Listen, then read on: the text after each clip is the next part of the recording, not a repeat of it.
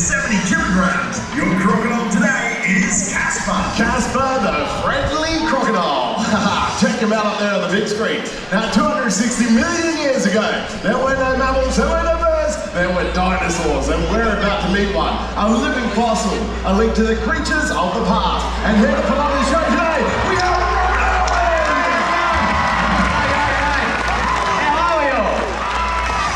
Good, mate. Thanks very much for coming in. How's the day at Australia Zoo? Good? That's what we like to hear. Well, today I'm going to have the honour of feeding an absolute legend, Casper. We love him to bits. He's a great crocodile, and he's actually the newest croc into our Crocoseum. Now, Casper's really interesting. This is new territory for him. This is a completely new enclosure. He's very new to it. So, we're going to be really playing this by ear and see what he wants to do. It's all on his terms. You've got to remember though, that a big croc like Casper, at any point, he's ready to put on an incredibly hard and fast strike. Crocodiles can launch from about the tip of their nose to the base of their tail in one single motion. And the secret to their success is camouflage. What you'll notice about Casper, something a little bit different. He looks a bit different to most crocs here at Australia Zoo. He is a beautiful kind of mottled cream coloration. Most crocs are that nice dark green, that really kind of gunmetal grey, and they're designed to hunt in the shadows in deep, dark, murky water. Casper, he's leucistic or hypermelanistic. That means he's white. So, in the wild, that would be a big hindrance for him. He'd have a hard time catching his prey because he stands out. But here, he blends in perfectly. It's like he was built for it. And today, myself and Brandon are going to be teaching you everything you need to know about crocs. Give it up for Brandon, guys. Now, what we want to teach is how to stay safe in croc territory. Number one rule is this: don't stand too close to the water's edge. Don't you reckon? Oh, look, I reckon you can get a bit closer than that. What? Who wants to see Robert get into the water? Anyone want to see that? Oh, no. I don't think you're allowed enough. Who wants to see Robert get in the water? There we go, mate, you got it. Why don't you jump into there, mate? Yeah, alright, let's see how we go, eh? Alright, big boy. Come on, Casper. Now, Casper's going to start to line up for a good strike. It's all about vibrations. He's honing in on the vibrations that I send out in the water, and he gets all the power from his tail. He's starting to come in. He's getting ready for that hit, and when he decides to, come in, boy. Oh, he's going to put on that strike. And there's the strike up here, mate. Oh, he's going off. He's jumping off. Here you go, big boy. Here you go, Casper. Here you go, Casper. You're looking at my head, Casper. Here you go, big boy. What do you reckon, mate? Oh, there's your food. There you go. Give it up for Casper. Isn't he a legend? Oh, that was a really good feat for Casper, wasn't it, Robert? That was actually really good. When they mean business, they do exactly that. Tip of the nose, base of the tail, in the blink of an eye. So hard and fast. No animal in the kingdom is obviously going to be able to avoid the attack, except of course the ones that do. But Casper, he's just gone straight past that like that out on land. That was a food response. The second one we want to show is a territorial threat. And what better person to demonstrate that than Robert? So mate, why don't you go get wet again, jump back in the water there, what see if we could can go get wrong? across the creek. Come, Casper. Come, big boy. Come, big boy. Come, Casper. Hey, let's go. All right, now, you notice there, Casper doesn't really care when I'm on land. He doesn't really mind too much. Once I'm in his water though, that's when he wants to come and have a look. But notice it's a bit of a struggle for him to move around on land. He's got a big, large belly, short little stumpy legs, built a bit like Brandon. I'm kidding, Brandon, I'm kidding. And it's a bit of a struggle, but have a look at the difference once he's back in the water. Hey, big boy, that is where he's poetry in motion. That's where he's quick. That's where he means business. Now we're going to try and get another strike here with Casper. And you can see on that first hit, mate, he is capable of putting on a very, very fast strike.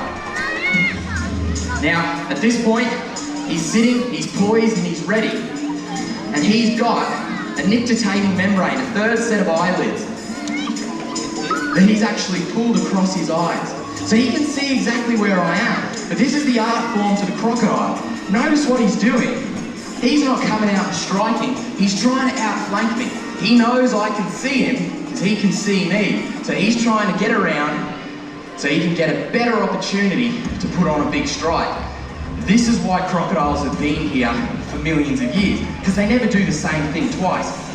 Give him one more little go, but you can see there, he's keen to show us another hit. Another tactic that Crocs use. We're going to go to the tail ball.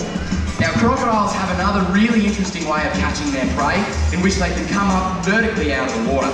Now, at this point, we're going to have to use all of our wits about us and see if we can get him to do that vertical launch. All right, let's see how we go, big boy.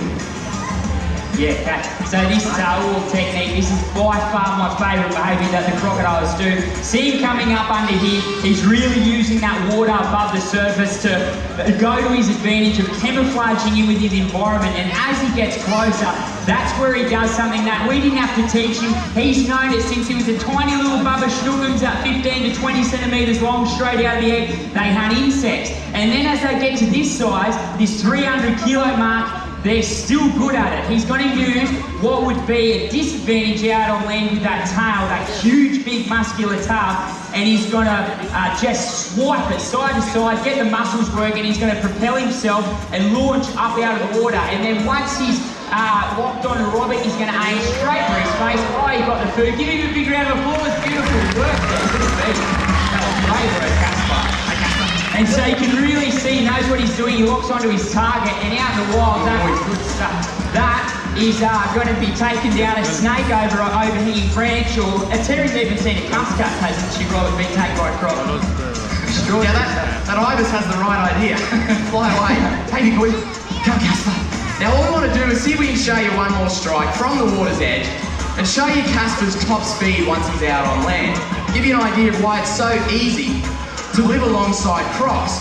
Crocs are not built for speed on land, only in the water. Come on, Casper. Hey, boy.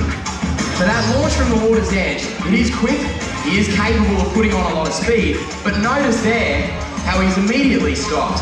He's not fast, he's not designed to chase me down, he's designed like a torpedo.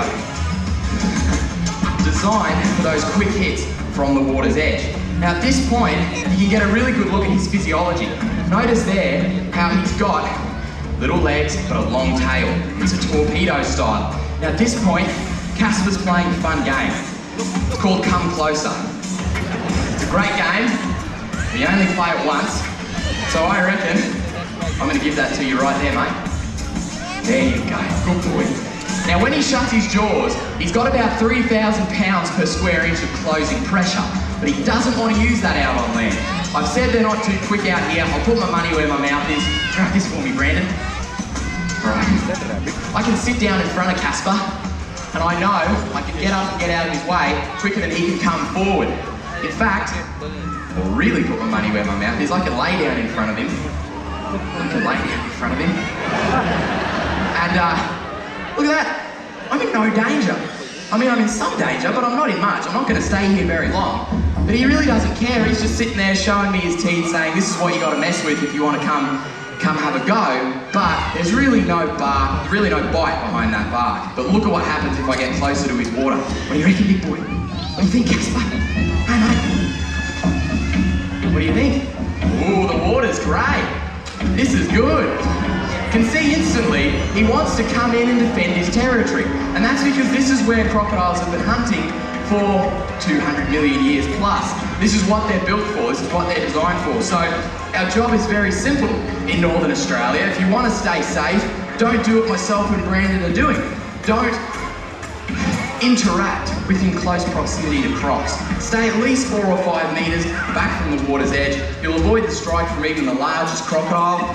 Don't overhang the water in Croc territory. And whatever you do, don't enter the water with Crocs. Sounds pretty simple, doesn't it? It's pretty much just common sense. But unfortunately, every single day, someone makes a mistake around a Croc, and every year there's an altercation. Someone gets a little too close, they push the limits a little bit too much, and maybe it's inadvertent, but an attack will occur. Every time that happens, it's devastating for human life involved, but also for Crocs. They're branded as the ugly monster that's running around eating everyone, and that is not the case. They're the most misunderstood animal. They're a beautiful creature. They've been here doing what they're doing right now for so long, countless generations, and it's up to us to live alongside them so that we can stop the calls for culling crocodiles and removing them from their ecosystem. Apex predator, keystone species, top of the food chain, and together we can ensure that they're here for the generations to come, because without crocs, our northern waterways would be in a state that would be irreparable. But there is a new conservation issue that's facing crocs. Now, at this point, there's a little kid wearing a white shirt up there, so our food buckets are white, and so Casper's stalking this little child, so I'm just going to say, Casper, you're not really proving my point that crocodiles are beautiful animals while you're trying to eat some. Casper, come over this way. Come on, big boy. But in the meantime, I'll hand you back over to Brandon to talk a little bit more about one of these conservation issues that's facing crocs, egg harvesting. Over to you, mate. Yeah, exactly right. Egg harvesting has become a bit of a thing here in Queensland. Initially, up until the 70s, crocodiles almost got annihilated. We were absolutely reaping havoc on them in their environment. And now that we've started to see their numbers come back, we've got loose again, and we've introduced this new legislation here in Queensland where crocodile farmers can go out, they can harvest 5,000 individual crocodile eggs from the wild. Now that doesn't sound much when they're laying eggs all the time, but it really is a huge thing for a saltwater crocodile to get to this size. So every single egg matters, and I tell you what, we absolutely despise any sort